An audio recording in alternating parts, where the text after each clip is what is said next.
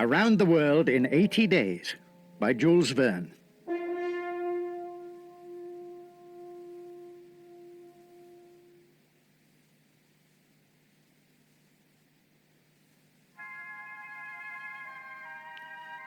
Phileas Fogg was a man of mystery. Apart from a few simple facts, no one knew anything about him. He had no family and lived in a large house in London. He was rich, but had only one servant to look after him.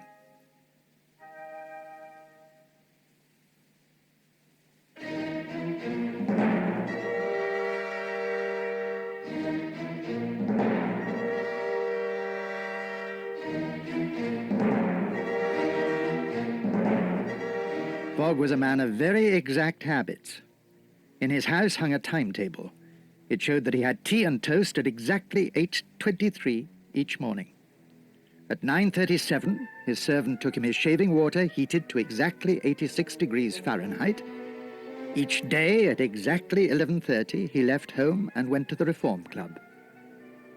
He spent his day at the club reading. Then, at exactly 6:10, he played cards and returned home afterwards at exactly the same time each evening.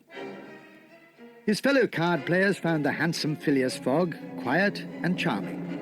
They noted that he never seemed interested in money. Any money he won at cards, he gave to charity.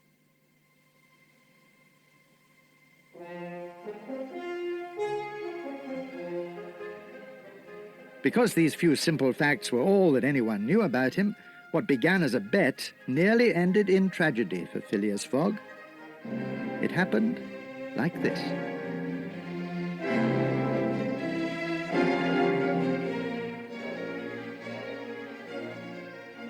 On the 2nd day of October, 1872, a new servant went to work for Phileas Fogg.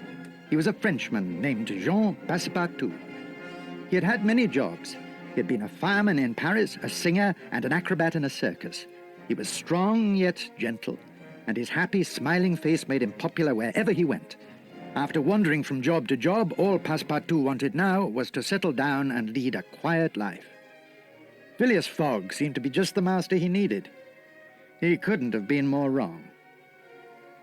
At 11:30 on the day Jean Passepartout started work, Phileas Fogg went, as usual, to the Reform Club. He spent the day reading, then at 6:10, as usual, he met his friends for their game of cards. They were talking excitedly about a bank robbery. £55,000 had just been stolen from the Bank of England. The thief had picked up a bundle of notes and simply walked out with them. Several people had seen him, and his description had been sent out.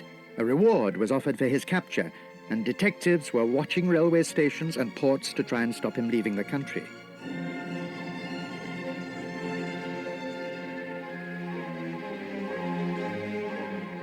As they played, the card players talked of hiding places where a bank robber could lie low. They wondered how quickly he could get abroad to escape the hunt.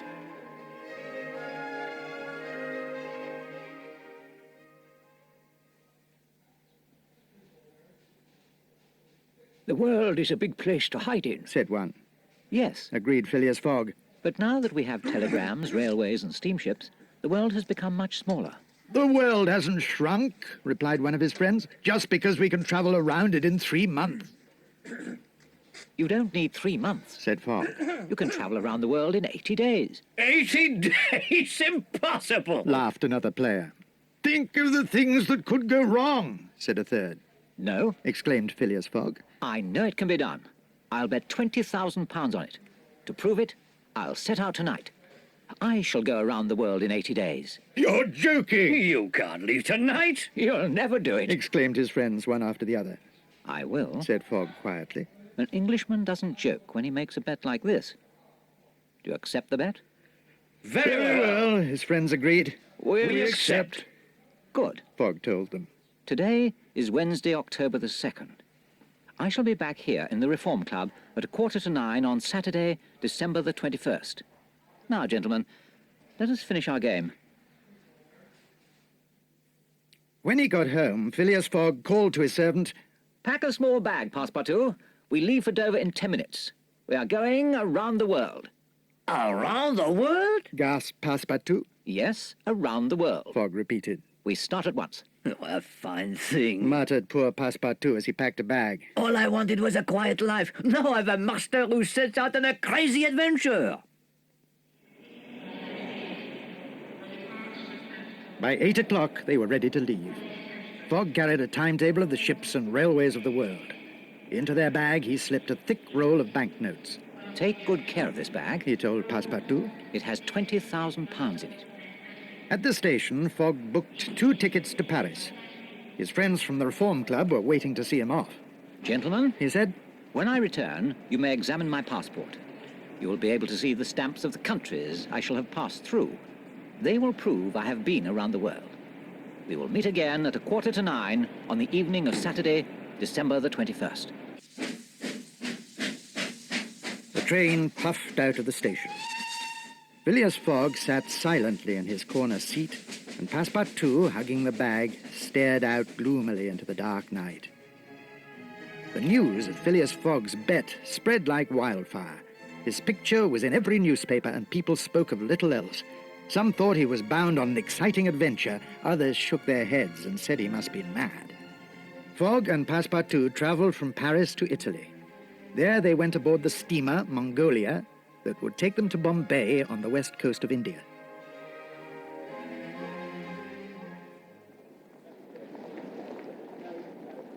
At Suez, Passepartout, holding a passport, went ashore. A stranger, standing near the ship, watched him closely. "Can I help you, sir?" the stranger asked Passepartout. I want to get this passport stamped. Passepartout told him. Can you tell me the way to the consul's office? The stranger's keen eyes studied the passport. In it he saw the picture of Phileas Fogg. "This is not your passport," he said. "The owner of the passport will have to come ashore and go to the office himself," That won't please my master. said Passepartout. He hurried back on board to find Phileas Fogg. The stranger hurried to the consul's office. "Sir," he told the consul, "my name is Fix. I am a detective sent here by Scotland Yard. We are searching for a bank robber. I'm sure he has just arrived at Suez. You must keep him here until I can get a warrant for his arrest," I can't do that. said the consul. If his passport is in order, I can't keep him here. Phileas Fogg walked into the office. Whilst the consul stamped the passport, Fix stared at Fogg. He was sure this was his man. He mustn't let Fogg out of his sight. Before the ship sailed for Bombay, he would have to send a telegram to London. That evening, a telegram arrived at Scotland Yard. "Suez to Scotland Yard, London. Have found bank robber Phileas Fogg. Send warrant of arrest to Bombay. Fix, detective."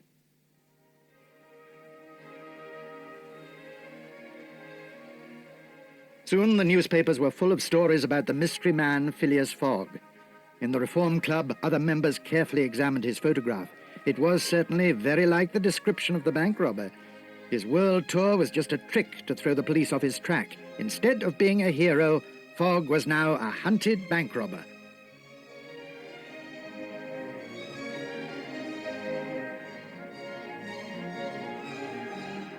On board the Mongolia, Phileas Fogg played cards. Detective Fix was on board, too, and Passepartout was pleased to meet him again. Passepartout told him all about his rich master and his trip around the world. Everything the servant told him made Fix more and more sure that Fogg was the bank robber. Of course, it never entered poor Passepartout's head that Fix was a detective hunting his master. When they reached Bombay, there were 3 hours to spare before the train left on its long journey across India to Calcutta. Passepartout set out to explore Bombay. He went into a temple. 3 angry priests threw themselves on him because he had entered their temple without taking off his shoes. Passepartout fought them off bravely and escaped. At the railway station, he told Fogg about the fight. Fix, still waiting for his arrest warrant, watched them and listened. "If I could have Passepartout put in prison for fighting in the temple," thought Fix, "Fogg will have to wait for him to be set free. By then the arrest warrant will have come and I shall get my man."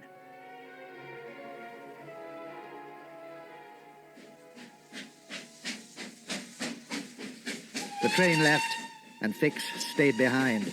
He had work to do if Passepartout was to be arrested. The train rolled steadily across India. Then suddenly, without warning, it stopped, and the startled passengers were told to get out. Look, sir, Cried Passepartout. there's no more railway track. The railway lines stopped 50 miles short of the next station. The passengers would have to make their own way there. Passepartout thought quickly, then ran to a nearby village. He soon returned with good news for his master. Sir, He cried excitedly. I found a man who has an elephant. He will take us to the next station. Soon they were bumping and bouncing along on the back of an elephant on their way to Calcutta. After a while, they could hear strange sounds ahead. The driver halted the elephant to listen. Bandits. Said Passepartout. They moved away from the path quietly and hid among the trees to watch from a distance. A big funeral procession passed by with drums beating and voices wailing. A Raja had died, and his body was being taken to be burned. His beautiful young wife, Aouda, was being led along by armed guards. What will happen to her? Asked Fogg, She will be burned alive with the body of her dead husband. whispered the driver. Never. Said Fogg. We must save her. Follow them. At a safe distance, they followed the procession. When it stopped near a temple, they waited once more among the trees. As they watched, a great pile of wood was stacked up for a fire, and the Raja's body was placed on top of it. Then, as night fell, the guards led the young wife into the temple. Guards stood around its walls. In the darkness, Passepartout worked out a plan to rescue Aouda, and just before dawn, he crept silently to the fire. He climbed to the top and hid in the pile of logs. As the rays of the morning sun filled the sky, a lovely Aouda, fainting with fear, was led by the guards to the funeral fire. The guards forced her to lie down beside her dead husband. Wild singing broke out from the great crowd, and the drums began to beat once more. Then the fire was lit. Flames and smoke shot up to the sky. Knife in hand, Phileas Fogg was about to dash forward when suddenly, out of the flames and smoke, Passepartout stood up on top of the fire. Terrified, the guards and mourners threw themselves to the ground. The Raja lives! Someone cried.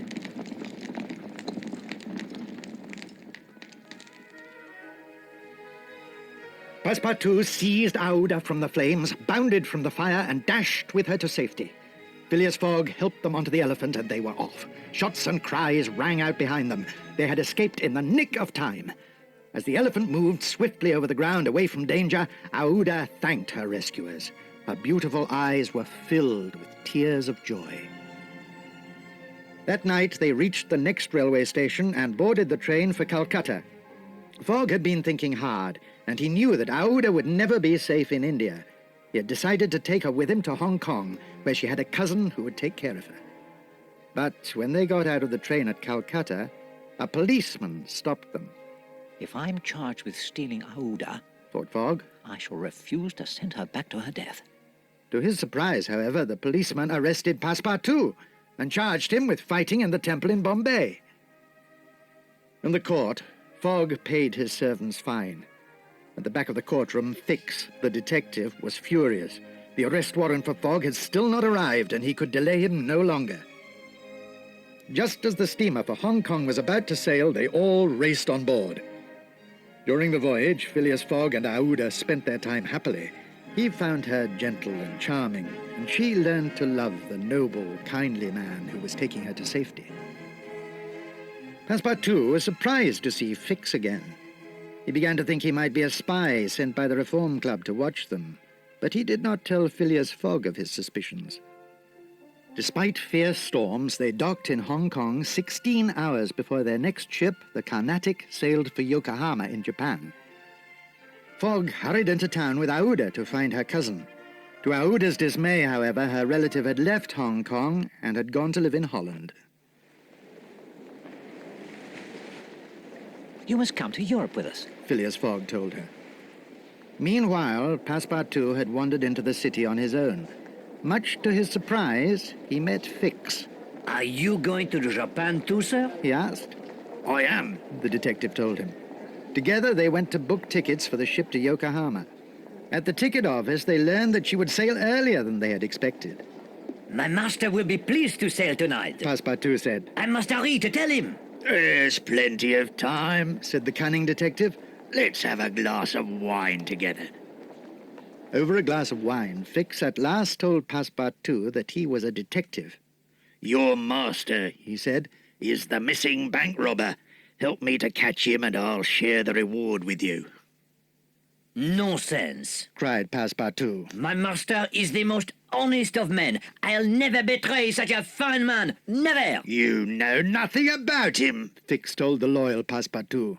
But at least we can still be friends, he went on. Come on, let's have another drink. Again, they drank. Poor Passepartout's head began to reel. Fix placed a pipe in the servant's hand. Passepartout took a few puffs, not knowing that he was smoking a pipe of opium. In moments, he fell into a drugged sleep. Quietly, Fix slipped away. Now the Carnatic would sail without Fogg and his servant. If only the arrest warrant would arrive, then the detective could arrest Phileas Fogg, and the reward would be his. Fogg and Aouda waited for Passepartout to return. When he did not come, they hurried to the docks. Passepartout was not there. Instead, they found Fix, who told them that the Carnatic had already sailed. In that case, said Fogg, I shall find another ship to take us. The detective's heart sank. He was going to be unlucky again because the warrant had still not arrived. Fogg quickly found the captain of a small boat willing to take them to Shanghai. There they could catch a steamer for Yokohama. You have also missed the Carnatic, Fogg said to Fix. May we take you with us? Fix gladly agreed. Thanks to the bank robber's kindness, the detective could still keep an eye on him. Fogg had the town searched for Passepartout, but in vain. Fix kept silent. When the ship was ready to sail, Fogg and Aouda sadly had to leave without their faithful servant.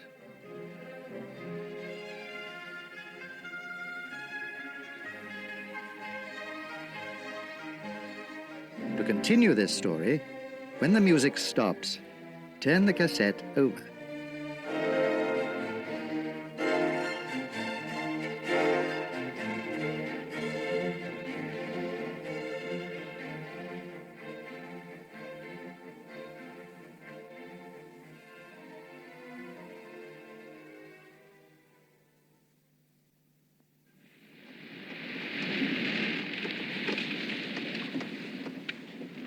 On the second day at sea, they ran into bad weather, and a typhoon began to blow up. Soon great waves were crashing over the ship. Lashed by the typhoon, the ship creaked and rolled. Then, near the coast of China, the wind dropped. They had lost valuable time and were still 100 miles from Shanghai. The captain ordered full steam ahead. Then, just as Shanghai came into sight, they saw a big steamer sailing towards them. We are too late. The captain yelled. That's your ship for Yokohama. Signal to her, ordered Fogg. The big steamer slowed and the little ship pulled alongside her. Aouda, Phileas Fogg, and Fix climbed aboard. As they waved goodbye to the captain of the little ship, the steamer moved off on the journey to Yokohama. If only Passepartout were with us, said Aouda. What none of them knew was that Passepartout was already on his way to Japan, too. Although still sleepy from the opium Fix had given him, he had struggled to the docks. Sailors had carried him on board the Carnatic as she was about to sail. They had put him in his cabin, where he had fallen asleep. When he had recovered, he had searched for his master. Fogg and Aouda were not on board. He realized that Fix had tricked him, and he felt utterly miserable. It was his fault that his master had missed the boat. If Phileas Fogg failed to get to London on time and lost his bet, he, Passepartout, was to blame.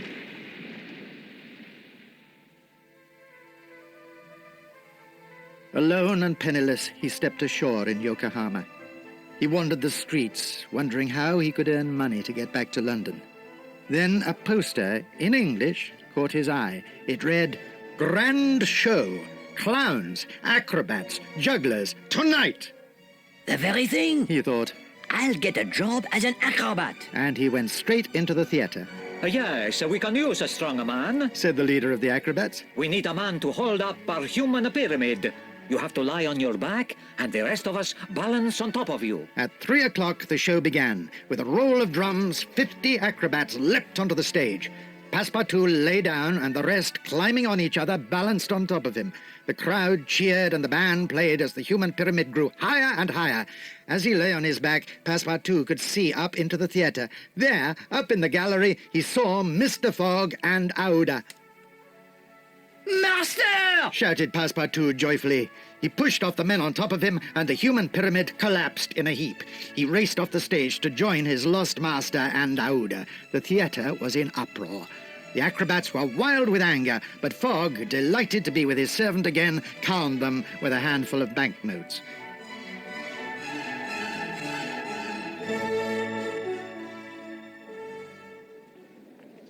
Together, the three made their way to the docks to board the steamer that would take them across the Pacific Ocean to America. Fogg told his servant how he, Aouda, and Mr. Fix had reached Japan. Passepartout told them that he had missed them because he had been smoking opium. He did not mention his meeting with the detective.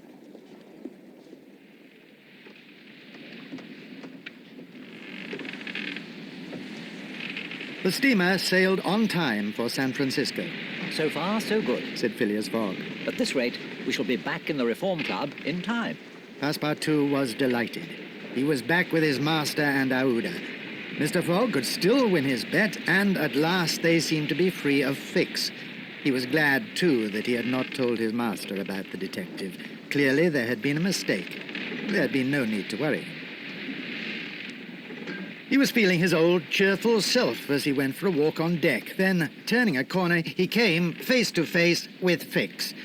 Without a word, he rushed at Fix, raining blows on him, and knocked him down.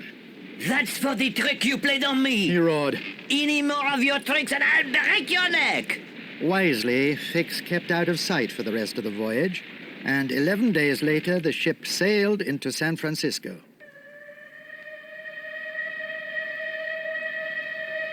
That evening, they were on the train for New York, 3,786 miles away. In 7 days, the train should take them from the Pacific to the Atlantic Ocean. They had 18 days left. All was going well, Fogg decided. To his surprise and delight, Mr. Fix was also on the train. Passepartout was neither surprised nor delighted. Through the night, the train roared on through the Rocky Mountains and over raging rivers. Then they were crossing the prairies. Suddenly, the train stopped as thousands of great buffaloes charged across the railway track. For hours, they passed in front of the train like a brown river stretching as far as the eye could see. Passepartout fumed at the delay, but nothing disturbed Phileas Fogg. He spent long hours playing cards as if time did not matter. When at last the train moved on, snow began to fall. Passepartout grew worried again, for he knew that soon the prairies would be covered with snow. A heavy snowfall could block the track and end their adventure. On the third morning, the train stopped suddenly again, and Passepartout went to see what was the matter.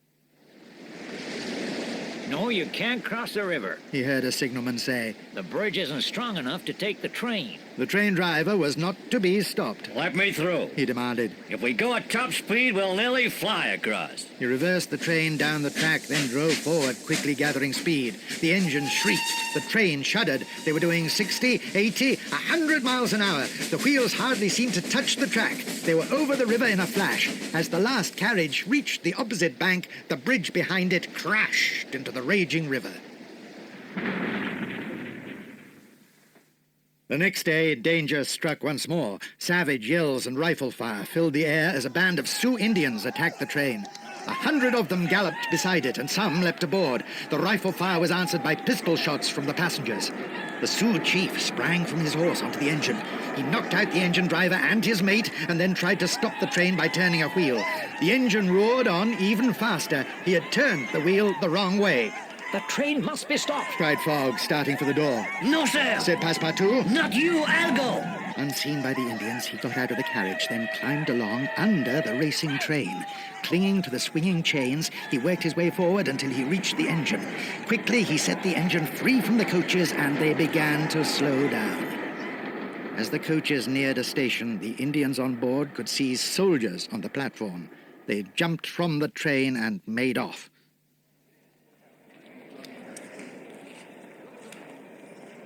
At the station, it was found that the engine, with its driver and mate, had roared on into the distance and disappeared. Passepartout and 2 other passengers were also missing.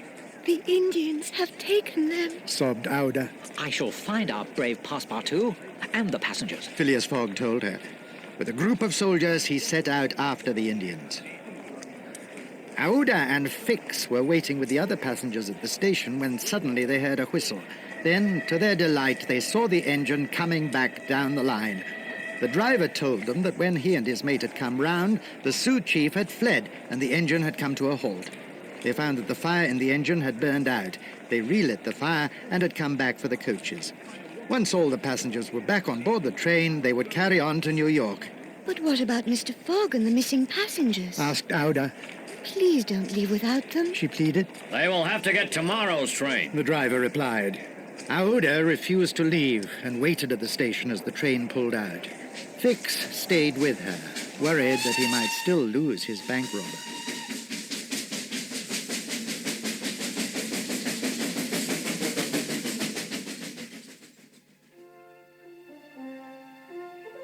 It was a long, cold night. As the sun rose on a snow-covered, icy scene, gunshots were heard. Then, at last, a band of marching men appeared.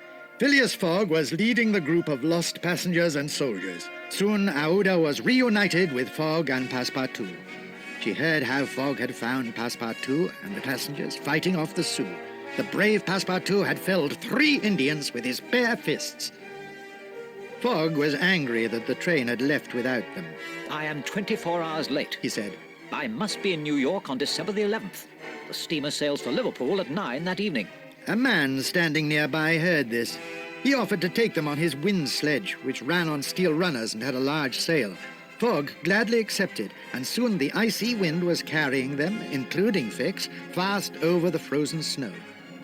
They came to a town where a train bound for New York was standing at the station. They boarded it, and Fogg spoke to its driver, who ordered, Full speed ahead! The prairie and towns flashed by. Just after 11 in the evening, on December the 11th, the train arrived in New York. But they were too late. The steamer for Liverpool had already sailed.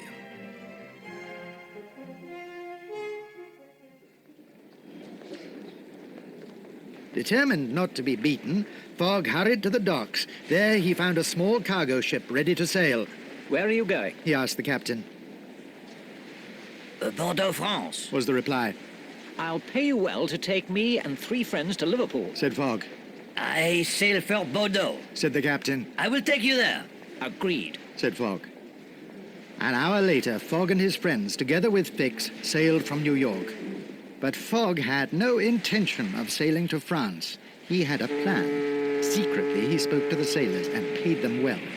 First, he had the captain locked in his cabin. Then, Fogg took command of the ship. All went well until a gale blew up. Fogg ordered the sails to be taken down. More coals heaped on the furnaces to keep up the speed. Under black skies, huge waves crashed down on the little ship. 5 days before he was due in London, Phileas Fogg was still in mid-Atlantic. The ship's engineer brought him bad news. The coal's almost gone, sir. He gasped. We must slow down. Not now. Replied Fogg. Full speed ahead. Then he ordered the captain to be brought to the bridge. The captain raged like an unchained tiger. Pirate! He stormed. You have stolen my ship! Stolen? Said Fogg. I want to buy your ship. I won't sell! Roared the captain. But I must burn her. Fogg went on. Burn her! Gasped the captain. She is worth $50,000! I'll give you $60,000. Fogg said calmly. It was a bargain the captain could not refuse. He accepted and joined in the fight to keep the little ship scudding along. When the coal was gone, they ripped up the decks and burned the wood. Everything that would burn was fed to the furnaces. On the evening of December the 20th, they were south of Ireland.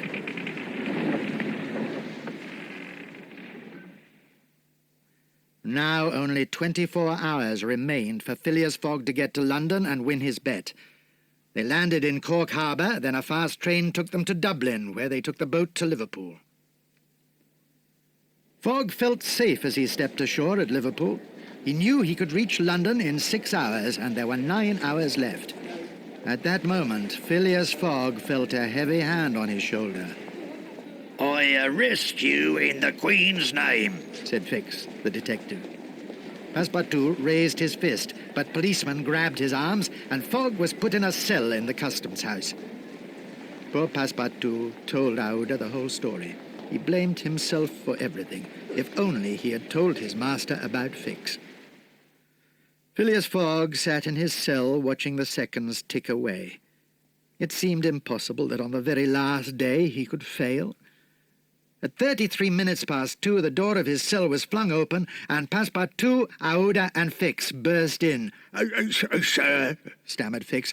I was mistaken. The real robber was caught 3 days ago. You are free. Phileas Fogg got up, slowly. He walked calmly up to Fix, staring into the detective's eyes. Then, with one swift blow, he knocked Fix out. Well, it's laughed Passepartout. Fogg ordered a special train which set off for London at top speed. But as it puffed into the station, the clocks of London showed it was 10 minutes to 9. After travelling around the world, Phileas Fogg was just 5 minutes late. He had lost his bet.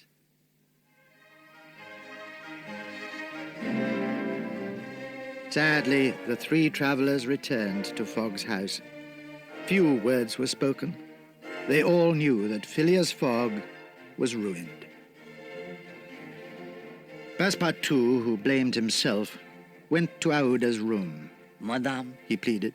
please try to comfort Mr. Fogg. He sends me away.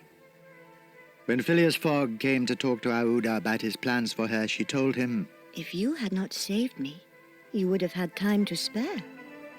You are safe. said Fogg. It doesn't matter what happens to me. I have no family to care about me. A pity. Sighed Aouda. Trouble is easier to bear when it is shared. So they say. Said Fogg. Then share your troubles with me. Said Aouda. Will you have me as your wife? With all my heart I will. Answered Fogg. At once he sent for Passepartout and told him to arrange the wedding. When will it be, sir? He asked. He was delighted at the news, Tomorrow, Monday. replied the happy Phileas Fogg. As fast as his legs could carry him, Passepartout ran to the vicar's house. Please, sir, He said breathlessly, will you arrange the marriage of my master, Mr. Phileas Fogg, for tomorrow, Monday? No, my man. said the vicar. Tomorrow is Sunday, not Monday. It's Saturday today. Today is Saturday? Gasped Passepartout. To the vicar's amazement, Passepartout rushed out of the room and into the street. Bursting into Fogg's room, Passepartout cried, Hurry, master! We were wrong! Today is Saturday! There are still 10 minutes left for you to win your bet! Fogg was stunned. He couldn't have made a mistake. He had counted every day. Then he realized that as he had traveled east, he should have altered his watch. Every 15 degrees he traveled, he should have put his watch back 1 hour. In going round the world, he had gained 24 hours, a whole day. He sprang into action.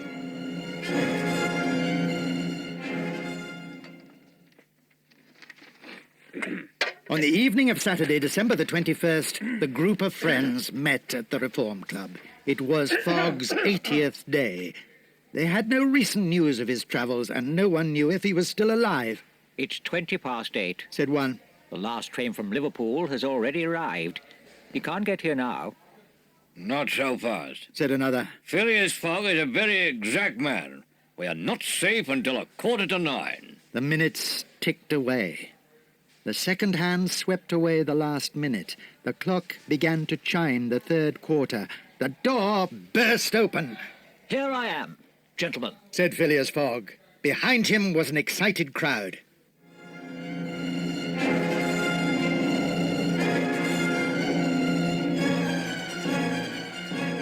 Through every kind of danger, he had traveled around the world in 80 days. He had won his race against time. He had won his bet. Better still, he had found Aouda. Phileas Fogg was the happiest man in the world.